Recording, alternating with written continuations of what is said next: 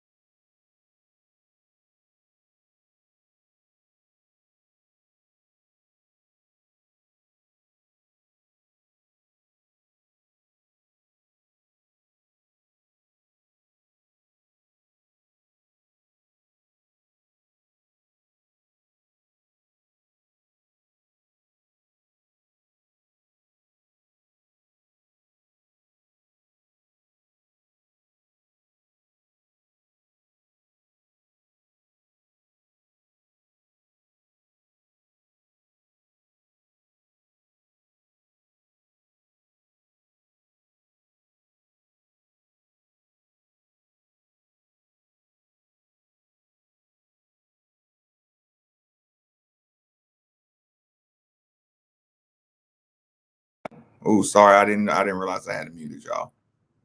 I did not realize I had. Oh man, hold on. Let me see if I can upload it. They might copyright me, but I'll do it real quick if I can, y'all. Hold on. I opened the page. That's the first thing I saw. Sorry about that, y'all. Wait, no, it's not an overlay I want. Video. Hold on.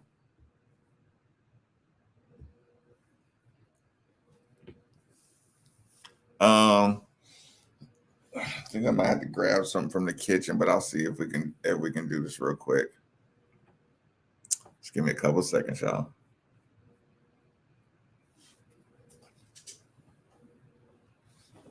Hold on. Because we gotta separate the rumors from the truth, y'all. We're gonna separate rumors from truth tonight.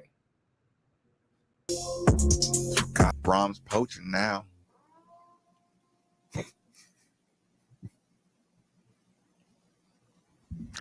Welcome back. It's Middays with Marcus Maven.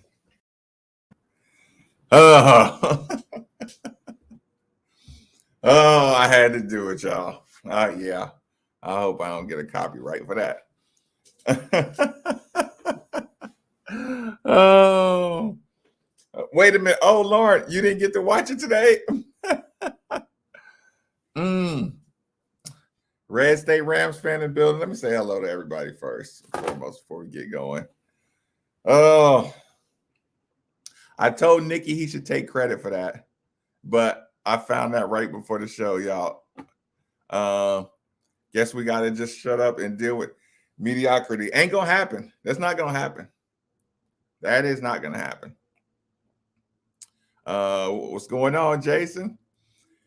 Made it tonight on time. What's going on, Five? What do you mean? What's going on? Have you not seen Hassan Hall gonna be fumbling? Is that where he's going?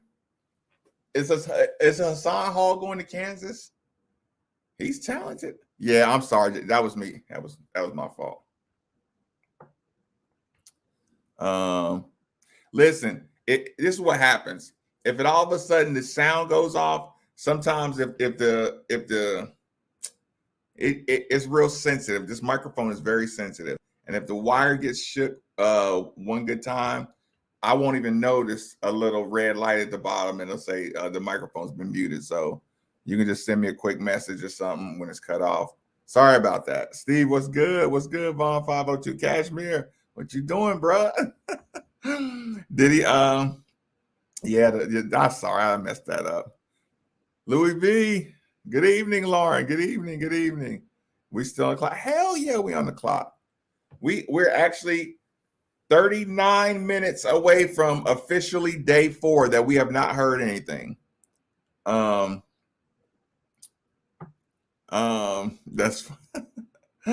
no, I had a good time. But Steve, listen, Steve was supposed to do the ad libs, but Steve just was over there on his phone. He was just listening to the music on his phone. He was supposed to do the hold up. Steve was supposed to do the ad libbing. No, absolutely not. Dylon spits hot fire. Chris Patterson in the building. MC Maven, goodness gracious. Not like this. I know. Oh, yeah. No, Duke, look, Duke's best team in college right now. Carl, what's going on? What's going on, everybody? Okay, so where do you want to start? Is Vince waiting until Satterfield's done handling the stuff in North Carolina with his father until he says something about his future? You can only assume so, but there still is problems with that. Problem with that is, okay, for everybody who's squeamish, here is the problem. Hold on, because let me catch up real quick, because I do want to answer and address that. Flying cauliflower, right? No, he just got on his phone. There is no truth to the Vince rumors. No. Oh, that was funny. I mean, listen. The quarterback situation. Let me write down all things I'm supposed to cover. Okay. Hold on. I'll put that note. Oh gosh darn it.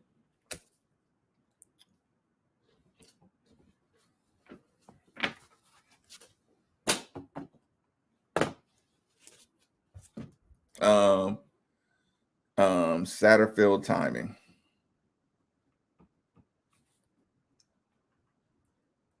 Versus Vince. Okay. Ross Pro, I'll get to that here in a second.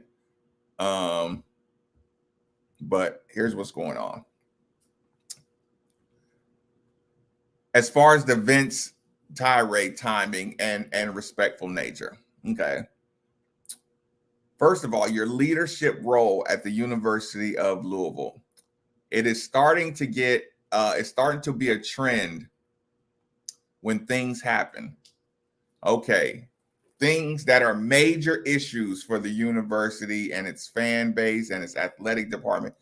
Listen, athletic director has to have it's of the utmost importance. Listen, he doesn't have to cater to every beck and call of the fan base, but we still have to acknowledge that your basketball and football programs are the most important, and you have to keep a tight grip on those two in particular.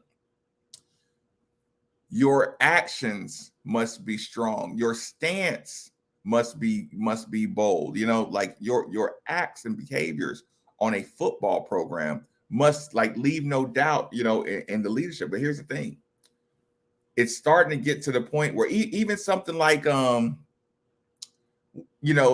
kid at the head of that department who just was crushing, the Kentucky fan, just I hate Louisville with all my heart and soul being hired. It took Vince a week and a half to talk about that, to address that. When the Chris Mack situation, stories come out. We never heard anything about who's the decision, where it came from. We just a whole fan. Like I said, we were promised transparency. The whole fan base is in limbo on these things. Okay, so these are just two quick examples. But the major example is stop trying to sell me on emotion. Stop bringing emotion into this conversation. Anybody who tries to bring emotion into this conversation is just trying to show some level of favoritism. This is about the product and the fan base and that dynamic. Because here's my problem now. Scott Satterfield hasn't been here 9 months before he was taking an interview with South Carolina, lied about it. You were already negotiating on your own behalf. And you know what we said? What Marcus and Steve said? We said, you know what? South Carolina is a good job. And everyone always has to look out for their best interest. Y'all didn't agree with me. That's okay. Y'all didn't agree with Steve. That's okay. We saw it from the coach's point of view. South Carolina is a state school job, is a good job in the big picture. Listen, when you have a turnaround, a historic turnaround, 2 wins to 8 wins, you may never have that negotiation leverage again. But you have 2 choices. You can use it, or you can use it as a good faith receipt and a good faith I owe you or you owe me receipt. There was 2 ways to play that. He played the aggressive game. He played the pay me now, or I'm gonna talk to these people. He played it that way. Some other people will say, hey, I've only been here a year. They reached out to me. I want to build something here. Where have we heard that before? I mean, could you imagine if a coach had a good situation brewing and he said, it really tears me up to have to say no to South Carolina, but I'm building something here. No. He handled that wrong, lied about it, met in secret, word got out. You listen, you tried to play your hand. And we understood like I said, sports, like the sports professional angle. Again, 2-10 to 8-3, coach of the year, you have a strong bargaining chip. But if you cash this bargaining chip right now, that means you're accepting the pressure with the standard you just set. Now, if you just played it like, hey, we're just getting started here. Hey, thanks, but no thanks. If you're confident you'll have that opportunity again, you just say thanks, but no thanks, and you move forward. Or you say, hey, they wanted to talk to me, but you just got here. At least Brom had been there 2 years, a couple years. You hadn't been here a full calendar year before you were talking to South Carolina. So why in the hell would Vince owe him anything? Anything. Listen, you can be classy. But classy has nothing to do with national coaches searches. Classy has nothing to do with unacceptable standards. Now again, if Vince Tyra didn't have a history of not saying anything in big moments, you know what I'm saying? But the history says it's not about the mom, or the dad situation. This is what he does. And again, I can give the respect to that situation. Thing is, y'all, the reason I'm not like freaked out is because I know as well as anybody, Satterfield cannot be on your sideline and Louisville have a football program next year. It's not a Division I Power 5 football program with him on your sideline. Y'all saw the product. You can have some players that are Power 5 players. You can send them out there. You can teach them a basic concept, and they can win a couple games just because Louisville's still Louisville. Name across the front of your chest is going to get you enough recruits to win some games. That doesn't mean the program is being run. Listen, I've called for 2 jobs. Me personally, I've called for 2 jobs, and I've been through some disappointing stuff. Y'all want to know? Do y'all remember the other job I called for after giving all the benefit of the doubt? David Padgett. You hit a moment. Listen, I watched David Padgett, and it was the same thing. I said, Coach Padgett, you have a sophomore Jordan Nwora sitting on your sideline. You have this guy over here named Dwayne Sutton on your sideline. I'm watching game after game. You're not playing Jordan Nwora and Dwayne Sutton.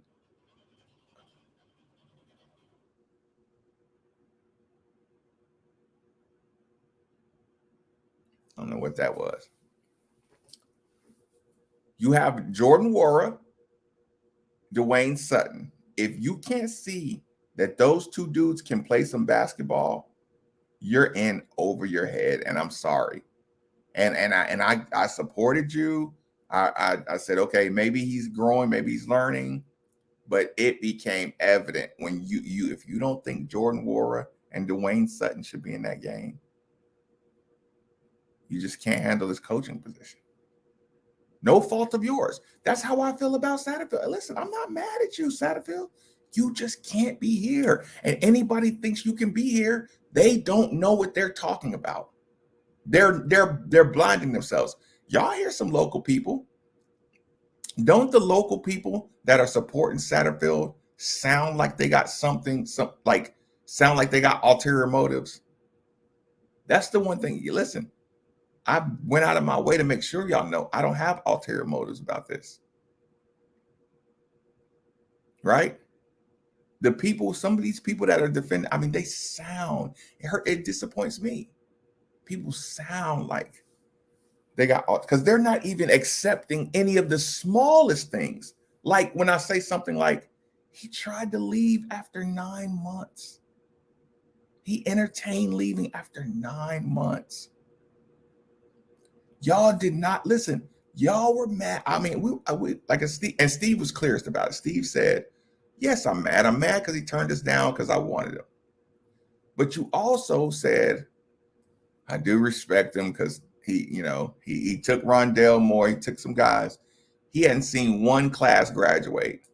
Remember that the kid, that the media guy that was a part of the program, he died at the time. And it's like publicly, we went emotionless with the Brahms situation. So like, don't tell me about emotion now. You will not have a football. Listen, again, you will not have a football program with him on the sideline next year. It won't be a Power 5 program. So that's why it's like all these days passing by, just make it makes the only thing that it does, it just makes everything look bad. The more time you waste, and again, maybe he's working behind the scenes, whatevs. To the public, you're blowing money fast. You're blowing money fast. Now, I'm not saying you can't get it back, with the right hire being done and stuff, but right now you're hemorrhaging money every day that goes by. Again, I don't even have to have the Brom conversation or the coach conversation. The fact is, the Louisville fan base needs to know that Satterfield will not be returning here. You need to know that your whole class is we are elsewhere.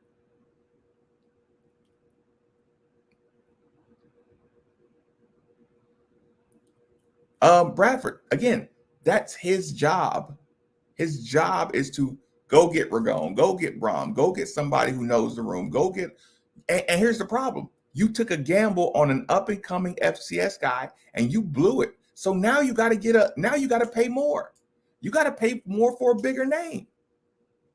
You can't do another App State guy because everybody. Listen, nobody's going to support a FCS guy now. Nobody's going to support that.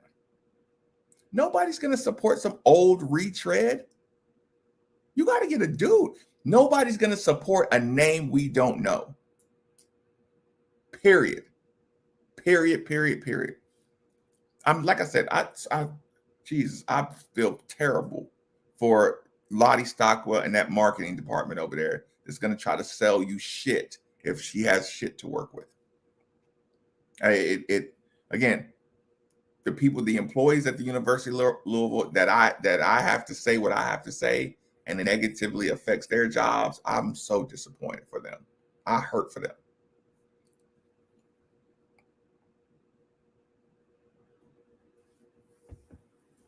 I don't know.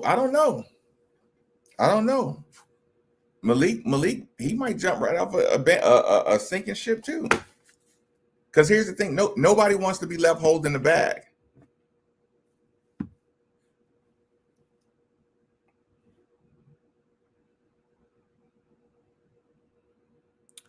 Brom knows what he's doing. He listen. What have we learned? What have we learned about Tyree? It's not about listen.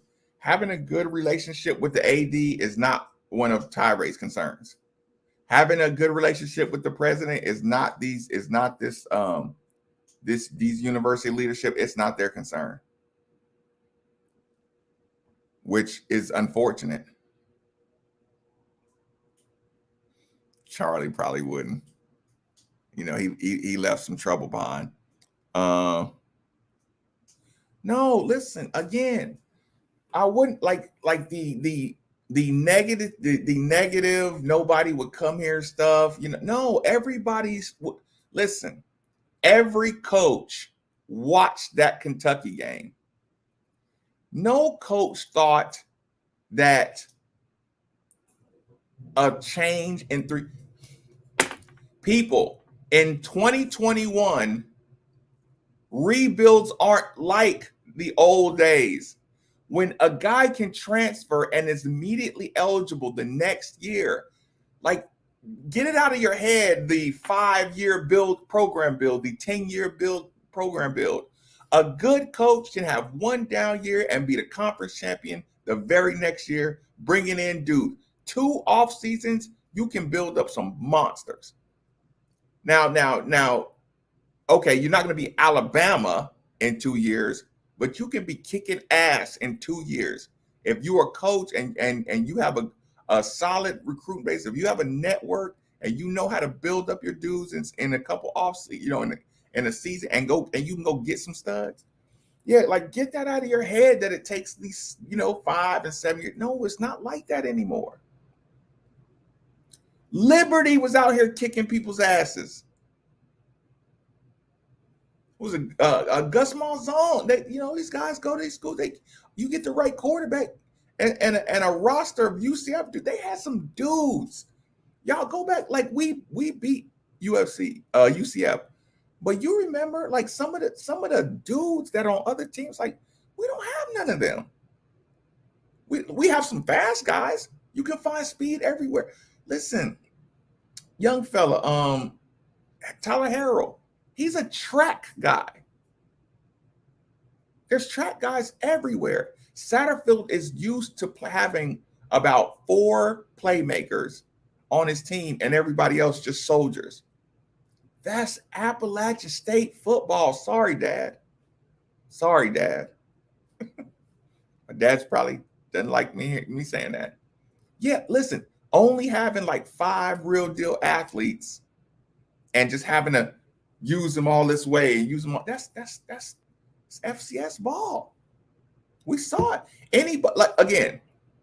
Anybody for 3 big games, Clemson, North Carolina State, and Kentucky, Anybody on second down runs their quarterback. Listen, lost 2 games on exactly those possessions. And then in your rival game, your third down and 2 is shotgun quarterback jump over the line. That's a fucking FCS play if I ever saw one in my life. And y'all know it. Y'all know it. Like I said, you can have, like I said, if you're bleeding heart, that's fine. It's my job to not be bleeding heart. This is my job. I'm protecting you from yourself. I've lost a parent as well. So your pain isn't more than anybody else's pain. Vince's job is to not be a bleeding heart. Vince's job is to look and see the same thing I saw and say, that's not FCS. Listen.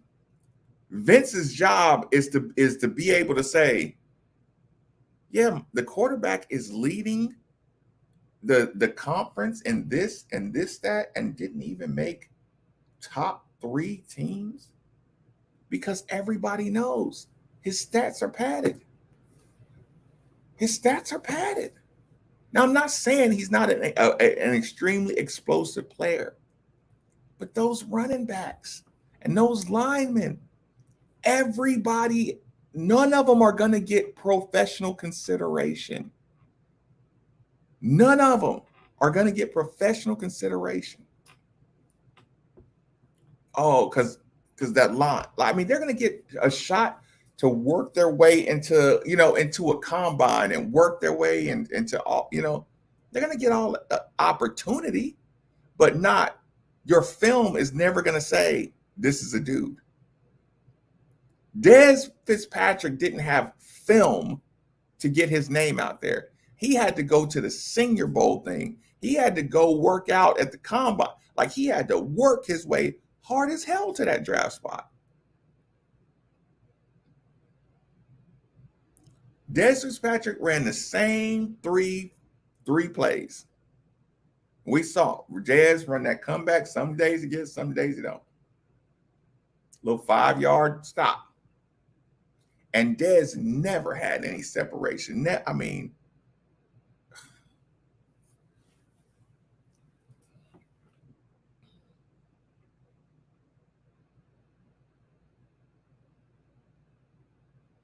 yeah, them stats are padded.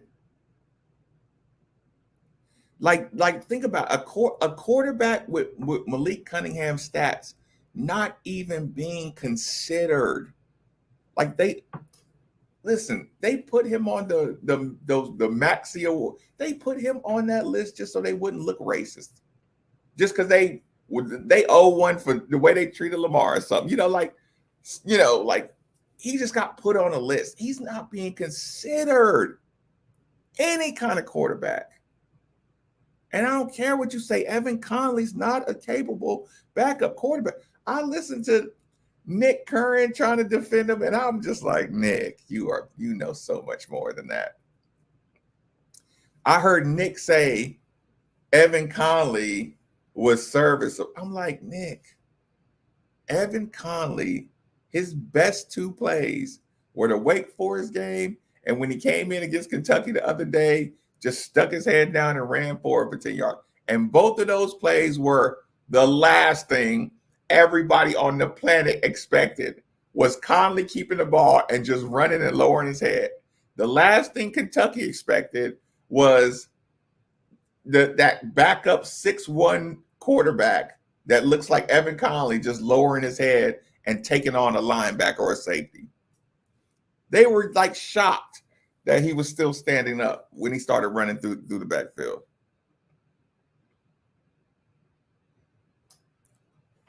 Again, y'all, none of this stuff is just happened because of the Kentucky game. The Kentucky didn't do anything but expose what we already knew. This is not Power 5 football. This is, okay, put it this way. If you cut Power 5 in half, this isn't the upper half. If there's 12 teams, you're going to be in the bottom, or you're going to be in the bottom half of Power 5 football for the entire time that Satterfield's here. So you do not have aspirations of New Year's Six bowls under Coach Satterfield. No way, no how. And if you do, it'll be like Wake Forest, how they getting it. Like, just, you got to have a down year. Everybody got to be a down year. You got to just gimmick it. Even Wake Forest lined up and tried to run it up the middle with a running back. Duke lost. Who Duke lose to? Ohio State. Okay. Yeah. Listen, Gonzaga only won by 10, like 8 points the other night.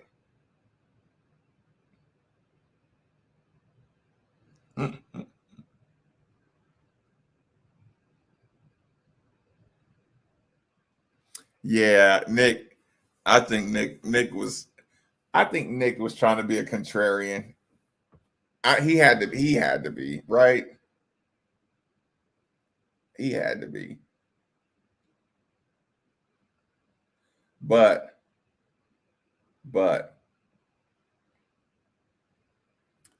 I got to tell y'all, I hope y'all continue to support this channel, because they mad at me. It's some people really mad at me, because we're talking about jobs, and I got to be honest, like, these are people's jobs, you know what I'm saying? So I take a lot of heat. You lose relationships. You know, people feel like you're backstabbing them or something like that. I'm just like, no, I'm not. Y'all gotta learn it. Y'all gotta learn to take the truth, though. You know what I'm saying? It's some people, man. It's some put it this way, it's some players that are not happy with me. There's some major players that are not happy with me, because, again, I'm making everybody's job difficult by being able to explain how clear something is. Everybody's job would be so much easier if I just went blind support. If I pulled, one of those, just finding a way to get it. Again, I am an optimist, you know what I'm saying? So I don't mind. Did somebody buy me a drink? Did somebody bought me a drink? Hold on, y'all. Hold on. Thank you.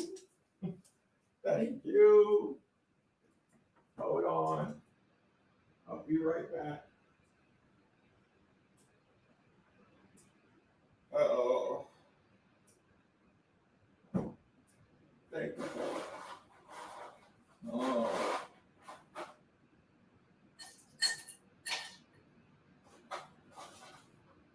Oh. I even put in an extra piece of ice, y'all.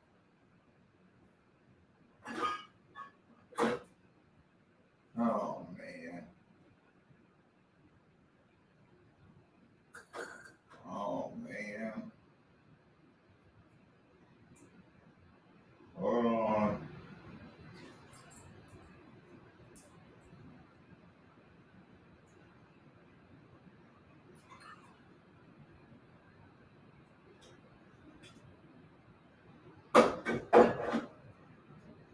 Here I come, y'all. Don't be mad at me. Do we play Michigan State tomorrow? Oh, my God. You would think we don't play Michigan State tomorrow, but I'm not going to let my university distract me, because this football situation is still of the utmost importance and will be for the foreseeable future. Okay. This is first and foremost, Lauren K. Cheers, dear.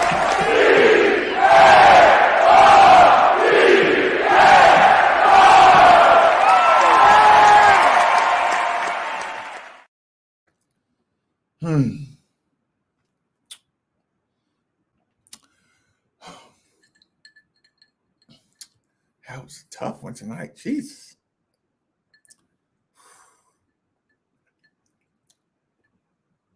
William K. I said, no, wait. Oh, William C. Sorry. I said William K. I said Lauren K. And wait. Okay, sorry. William C.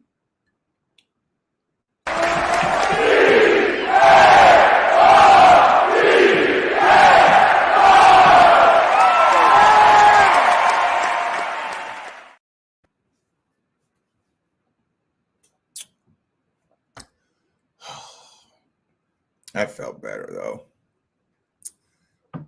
Y'all asked me the question, who's mad? Y'all just have to see it. Problem is, so many people's jobs depend on a supportive fan base. University sports, it depends on a supportive fan base. And if you cannot support, and just when I can't support something, I can't support something. And it would be so it would be so beneficial for me, like relationship wise, financially, all the other ways, if I just went along and just like kind of turned a blind eye. And so like people's jobs are hard. Like imagine somebody having to go to work and just one day just going there, looking a couple offices, everything okay, spend an hour and a half at the office and then they can go home because everything's all good. Now imagine their work day now, because Marcus is kind of showing everybody what's going on behind these scenes and how many problems we got. Now that person's 1 hour work day where they just make a couple calls or something, now their 1 hour work day is an 8 hour work day where they got to get on it. They got to raise some money. Like Marcus is asking questions about, okay, what's up with the fundraising? What's up with the marketing department? What's up with that? So now when Marcus puts it out to everybody, everybody's like, you know what? What is going on with the marketing? What is going on? What deals are being done? Like we're used to knowing things like this. We should. This is a public university. We should have access to the information. And I'm just speaking kind of in generalities, but y'all get the point. Like they gotta work. They gotta work. You don't get to just put that product out there and just keep on having Marcus say, oh, it'll get better, because it won't. It won't get better. It can, but it won't. And it'll never be a sufficient product. Before you lose, what you will lose far outweighs anything you would gain by leaving a coach like this, a team like this in charge, just waiting for a bad schedule.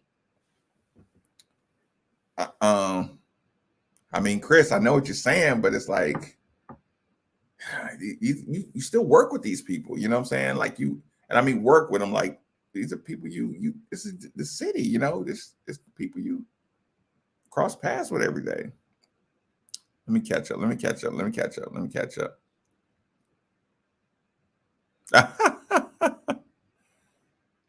different than any other jobs. Like I do agree with that part. I'll catch up. Let me catch up really quick. Okay, I see. This is a double. Listen, for the double.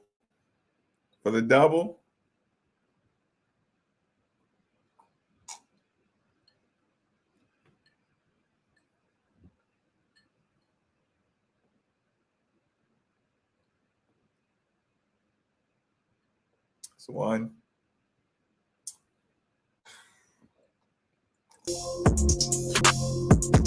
Brahms poaching now.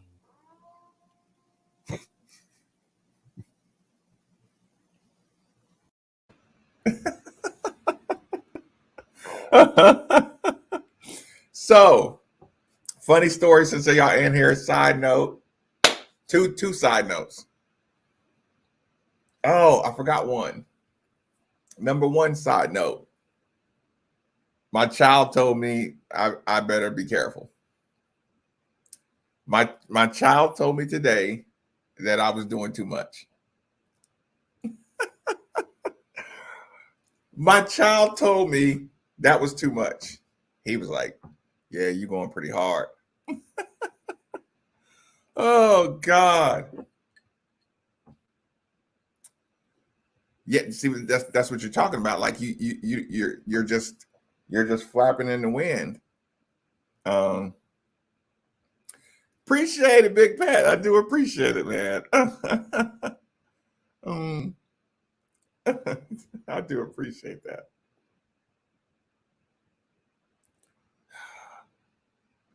Johnny thinks the plot thick is right. Okay, y'all. Look, y'all can ask the questions now. Now y'all can ask the tough ones. Lauren K, William, and Big Pat. They loosened up the mood.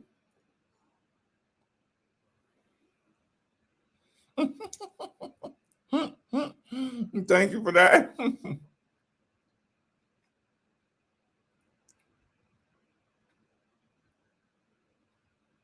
Mm. Boy, you be critical, Cashmere. Look, Cashmere, it's straight. Oh, you got it. You got to. Yeah, the alumni has to have a voice. They know that. I should have wrote something though. Listen, y'all, I didn't have enough time. Listen, Nikki's in there. We're doing the pre-show. I say, Nikki, just get an alarm sound. Nikki's kind of like, you know, what alarm sound you want to go with? I'm just like, we need to, you know. So Nikki, Nikki said a couple alarm sounds, and he said, you know, he's like, we can do a purge alarm sound. Steve liked the purge alarm sound, so I typed it in and I went purge alarm sound, and then I was scrolling some purge alarm sounds, and I went down, and I saw purge alarm sound remix. So I played it, and all three of us were kind of like, that's all right, you know what I'm saying? So Purge Alarm Sound Remix, I was like, okay, we'll go play that. And we like the shows get ready to start. So I say just, you know, play the intro, you know, mix in the regular Purge Alarm with that beat. And I wish I'd have just wrote down some stuff. I wish listen, Jocelyn, I wish I had wrote something. I really, really. Or does that just show you how easy these Young Punks music is to duplicate? Young Punks can make hits now just with just that. With a Purge remix, you can make a beast mode hit.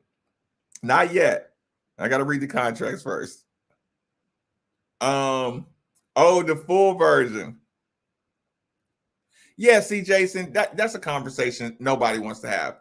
Purdue has been a wasteland. Purdue is a wasteland for football in the Big Ten. I did enjoy the beat. I know. And think about it. Think just something like that. When a fan base is like calling for something, the entire fan base said, but again, you were stuck in FCS because you don't play against quarterbacks that can carve people up.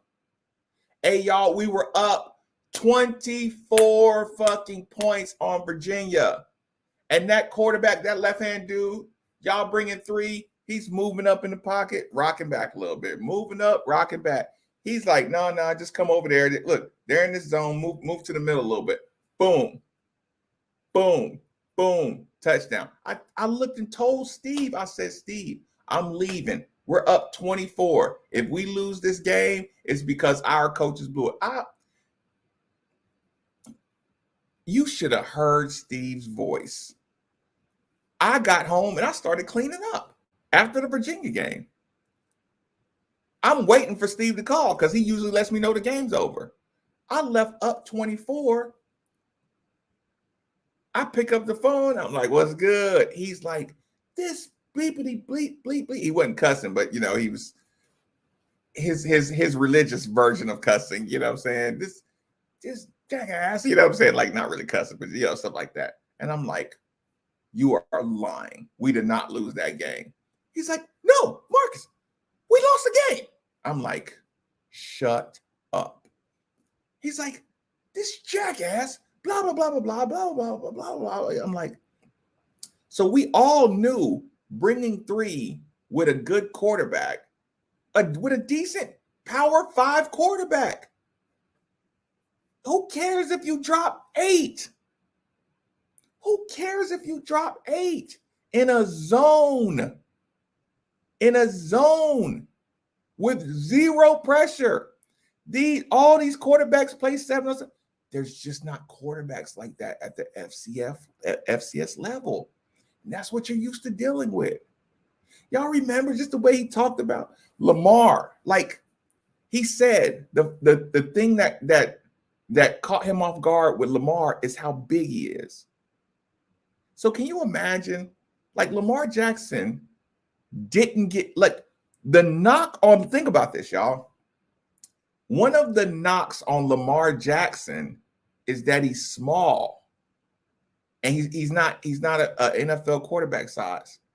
What amazed Satterfield is how tall and long he is. That just says your thought process. So now all of a sudden you bring in a 4th guy. The next 2-3 games, we all of a sudden getting pressure on the quarterback. And you're like, oh, it took you 2.5 years to realize you can't rush 3. It took you 2.5 years to realize you can't be 6. You can't be 6 yards off any wide receiver that's a Power 5 wide receiver. Do you realize you give Wan'Dale Robinson 7 yards of space on a bubble screen and put me out here one-on-one? In Power 5 basketball or football, you don't do one-on-one because you'll lose. The athletes are too talented. Power 5 athletes do not get tackled. If you get tackled one-on-one in the open field, the coaches bench you. Okay, or the guy who made the tackle is probably somebody that's going to play on Sundays. You can't be 7 yards off a wide receiver in Power 5 football on 3rd and 7. You're 7 yards off at the sticks on 3rd and 7. We're not going to run to the sticks and turn around. We're going to throw him the ball before you and make you run up and make you take this angle, and you're going to get cooked. And that guy who's over there, he's going to get cooked. The whole point is to put you in one-on-one at Power 5 level, at professional level. What do you run pick and rolls for? To get a one-on-one matchup with somebody. You don't know that? You don't know that? You 2.5 years later, you're still rushing 3. We lost a 24-point lead. We lost a 21-point lead to Florida State. And they had their best receiver on a 5'7" Kei'Trel Clark for a game winner. And Kei'Trel Clark made a play. Kei'Trel Clark, who's from Liberty, and came to Liberty and made all conference the first year he was here, which means it had nothing to do with Coach Satterfield's development. Now, I will say this. Eye for talent transfers, what the hell is that going to do if you're not developing the guys you already brought in?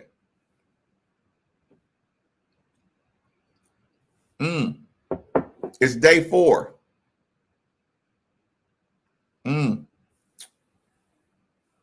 Hashtag day 4, still no word. Day 4, no word. No, absolutely not. No, and he knows that too. He knows I'm not listening to him.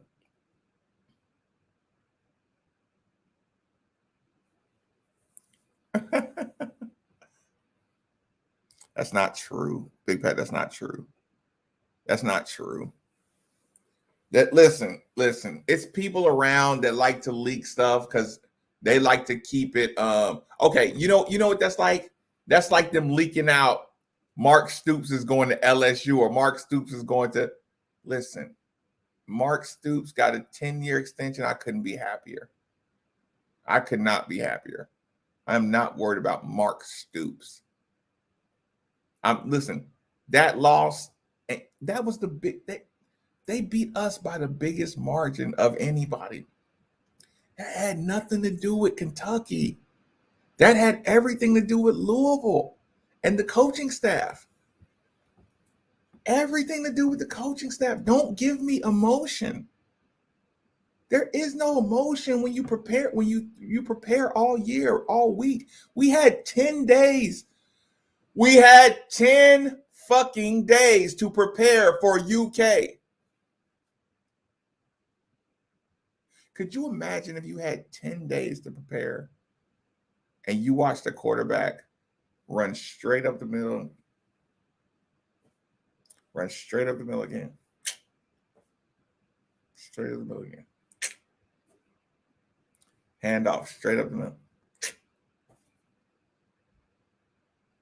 10 days to prepare for that. You think skinny linemen running a slant is going to stop a power running football team? Especially one committed to running. You might as well put offensive linemen on the defensive line.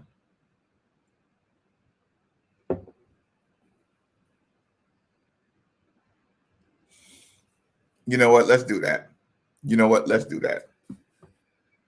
Thank you for that.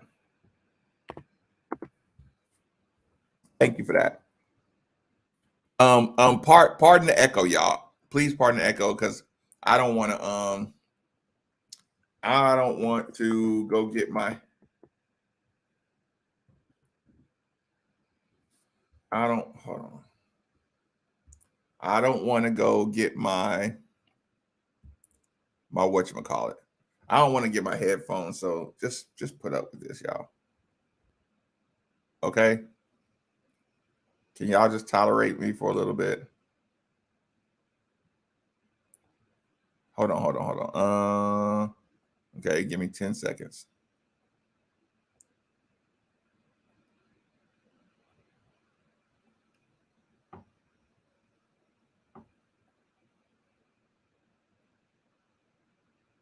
Furman Paladins have handed Louisville its first ever November loss of the outside. Bob Ritchie and Furman winning 80-72. Louisville's first home loss since November of 1972 in November.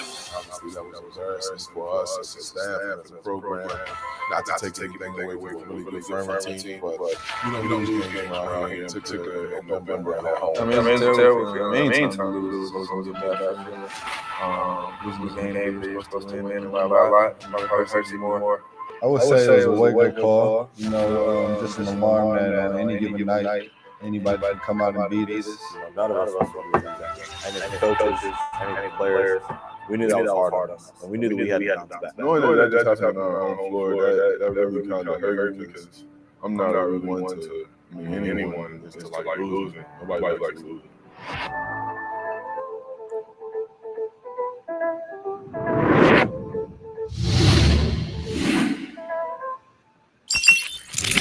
The game of the day comes down to us not able to do the little things we work on right every day. Guard the ball, lock out, be in the gap, execute scout report. That's why we lost the other day. I'm not going to be a part of that again. I'm only going to put 5 guys on the floor to do their job, to do those handful of things 5,000 times well. I knew that our guys needed to understand and appreciate the significance and the importance of really getting everything we put out of practice. I wanted to absolutely have the best practice of the year in preparation for a really good Navy team.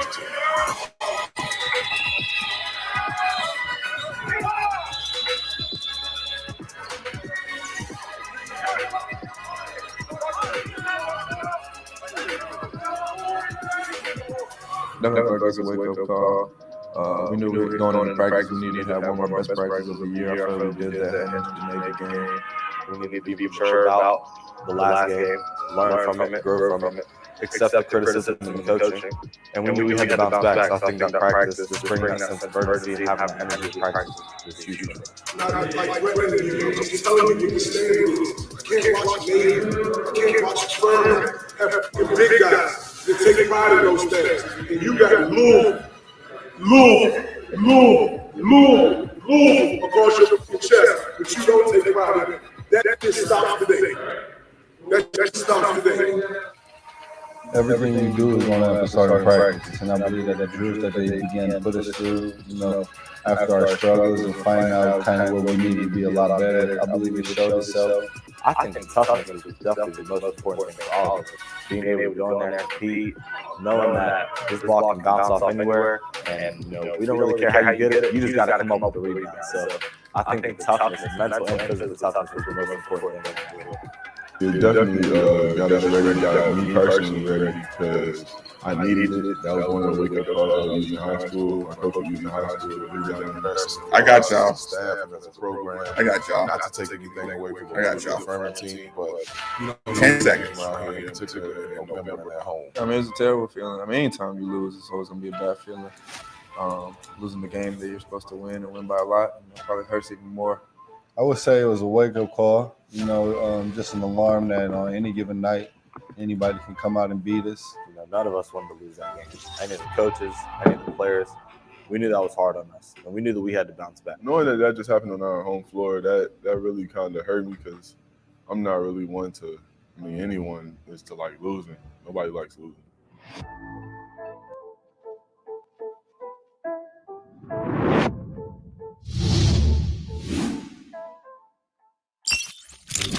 The game the other day comes down to us not being able to do the little things that we work on right every day. Guard the ball, block out, be in the gap, execute the scout report.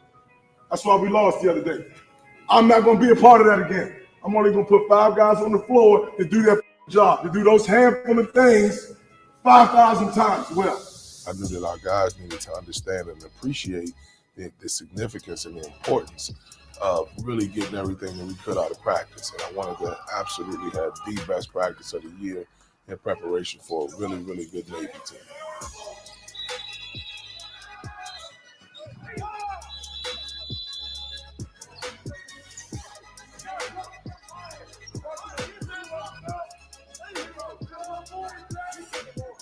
Definitely felt like it was a wake-up call. We knew going into practice, we needed to have one of our best practices of the year. I felt we did that heading into the Navy game. We need to be mature about the last game, learn from it, grow from it, accept the criticism and the coaching. And we knew we had to bounce back. So I think that practice, just bringing that sense of urgency and having that energy of practice was huge for us. Not like threatening you, I'm just telling you what the standard is. I can't watch Navy, I can't watch Furman have big guys that take pride in those things. And you got Louisville across your chest, but you don't take pride in it. That just stops today. That just stops today. Everything you do is going to have to start in practice, and I believe that the drills that they began to put us through, after our struggles and finding out kind of where we needed to be a lot better, I believe it showed itself. I think the toughness was definitely the most important thing for all of us. Being able to go in there, compete, knowing that this ball can bounce off anywhere, and we don't really care how you get it. You just got to come up with the rebound. So I think the toughness, mental and physical toughness, was the most important thing in that drill. It definitely got us ready, got me personally ready, because I needed it. That was one of the wake-up calls I would use in high school. My coach would use in high school, the rebounding drill. And it definitely woke me up a lot more, woke up the whole team a lot more. We want to be the bullies. We don't want to get bullied. We want to be the bullies. And that started in practice on Monday. It bled over to practice on Tuesday. Mississippi State is going to try to beat you. They're going to try to punk you. They're going to try to punk you in the glass. And who are you going to be when that happens? We had a players-only meeting to kind of discuss some things and get some things off our chest or whatever we felt like we needed to say. But I think just our mental focus and where our intent was the most important thing. Us just having that meeting just amongst us without the coaching and the rest of the staff, I believe it did a lot for us. Everybody just got a chance to speak their mind, let out how they truly feel. And I believe that we got some really good messages across. To have them, organize and run a players-only meeting totally unsolicited by me, says a lot about their character and their investment. Guys just saying what we feel like we need to do better, individually and also as a team. And the type of practice we need to have every day, that this program demands in order to win at the level we want to. At the end of the day, we went down there to win 2 games. We wanted to win that championship and bring that trophy back to Louisville. That was very important for us, and that was a huge goal for us. It started with Malik's press conference before we went down. Before I even did my press conference, he had already mentioned it being a business trip. Again, an older guy who's done it before. It is a business trip, and we want to enjoy it as much as possible. At the end of the day, whenever those game times come, we got to be ready to go. When we're in shoot around, when we're in practice, it's got to be all business. That's exactly what it was. I feel like guys did a good job of, locking in, preparing, Monday and Tuesday heading into the trip. It's an experience that you want to, just take in and you want to enjoy it. So we just had to make sure that message was clear that, at the end of the day, on Thursday at 9:30, we needed to be ready to go. I can see my hopes and dreams trying to fly away. Oh, my desires like a fire, running wild. Whoa, nothing's gonna bring me down. I really believe that our best practice of the year was the day before we played Mississippi State. Guys were sharp, and this is in the Bahamas. This is in a ballroom. This is in a totally different setting. We competed and we got after each other, minus the rebounding drill, but we did do 3-pad blockouts, which is a drill that we do a lot. I jumped in that drill. It was fun to get back out there. I'm glad I didn't blow my Achilles out or ACL. Not one guy is running into our class without being hit. Not one. Not one guy. In that drill, minus the rebounding drill, but we did practice of the year was the day before we played Mississippi State. Guys were sharp, and this is in the Bahamas. This is in a ballroom. This is in a totally different setting. We competed and we got after each other, minus the rebounding drill, but we did do 3-pad blockouts, which is a drill that we do a lot. I jumped in that drill. It was fun to get back out there. I'm glad I didn't blow my Achilles out or ACL. Not one guy is running into our class without being hit. Not one. Nah, coach is a great man. He's a crazy man when it comes to that. But it definitely hyped us up a little bit more to see coach out there with the guys sweating and working hard just like us, just having, I wouldn't say fun, but keeping us locked in on what our mentality was. I was boxing out. Coach McGee said give me a good little hit, boxing out a little bit, but that's always fun, when coach hops in the drill. When we went down there, we wanted to own the glass. That was something that we really talked about. We wanted to defend really well and own the glass. And, we wanted to be the bullies down there. It did start in practice, and we carried it over into the games, and that's how we became the Baja Bullies. Yeah. Ready? Hey, let's go. Back.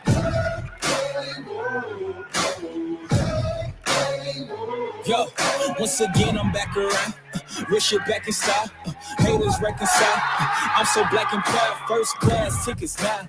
Feet all in the eye. Everybody looking down. Everybody get red when you drown, huh? Look at me, up. I'm putting it down, you picking it up. Checking the models, they want us to go to college just so we can be stuck. Go to school to make a living, or teach yourself to make a fortune. Common sense, welcome to the apocalypse. I'm one of the horsemen. It was great. Emotions were high, and it just felt really good to accomplish something as a team because, we did it together. That needs to be our identity, and that needs to travel wherever we go. Practice, Young Center, road games, doesn't matter where we go. That should be our identity, and I think that's the Baja Bully. I think that's where it starts, and I think that's got to continue. Said it all weekend, Baja Bullies, but we're going to bring that energy back to the States for sure. Just the tone, the energy, and the vibe that the team had. And, if we can carry that out all the way throughout the rest of the year, then, it's going to be a struggle for any team to deal with on any given nights. We all just rather be bullies. Just keep going, bullying the glass, everybody on the glass, anybody, like coaches say, we want all the smoke. That's who we need to be. That's our identity. That's what Louisville basketball is all about. We guard, we contest, we keep you out of the lane, and we block out. If we're about those things every single day, then we can beat anybody and we can be as good as we want to be. Defense wins games. Like, we actually play defense and we won those games in good fashion. So we just got to know that that's going to be the standard, and we have to do that to reach our potential. I think we built some confidence from that. You know, being able to go down there and beat two good teams like that and win a championship, that brings a lot of confidence. Now, the challenge is, can we continue to be that group every day? Was that just a fluke? Or are we going to be that team that really values defending and rebounding and keeping the ball out of the paint and contesting every shot and being nasty on the defensive end every day? If we decide to be that team every day, like I said, there's nothing that we can't do. So I'm excited to get Coach Mack back. I know he's excited to get back, and I know that he'll only echo that same message.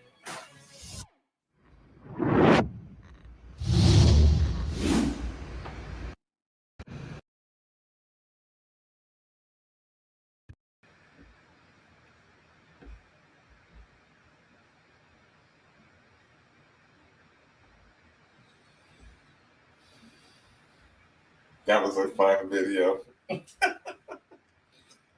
That was a fun video, y'all. That is exactly what Coach Mack wants them to be. Now, I will say the fundamentals on the boxing out and using your legs and your lower body, we have to improve in that. I don't like the one-handed rebounding thing, because it's a lot of athletic people. It's really hard to control a basketball going after it one hand and grab it like that. And it slows you down in transition offense. But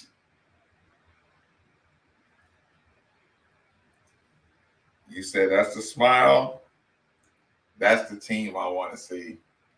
A team that likes an identity. A Baja Bully identity. That made me proud. And then everybody was dunking in a row. I'm like, when did y'all do that? Hey, y'all, we owe James G one. I'm glad I saw that video, y'all. I'm glad we watched that video together. James G, for helping me keep up the good fight.